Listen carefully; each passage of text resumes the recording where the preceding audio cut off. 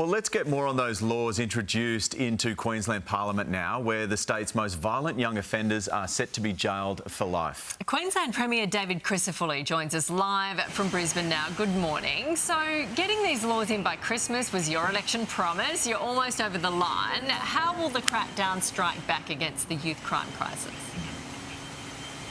By sending a signal that consequences for actions matter, and by making sure that the penalty can fit the crime. So it's been 10 years since a decision was taken by the former government to weaken the laws, and the number of victims have risen every single year for the last 10 years, and this tips the balance of power back in favour of the victim. Now, we are also going to get serious about gold standard early intervention and rehabilitation with purpose when a young person leaves detention. That's important to me.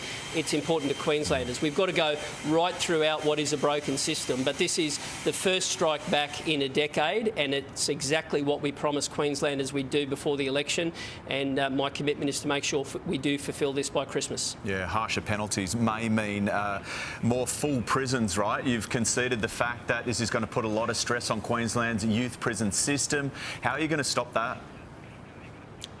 It will, Matt, and we have to do what should have been done 5 years ago, and that is plan for the delivery of a number of different facilities. But that's why I'm so focused on early intervention, and I want to make sure that we can stop crime before a lifetime of it. I want to make sure that systems like the residential care, which is kids living in state care, the child safety department, where we've got vulnerable kids, we've got to give every opportunity to turn their life around.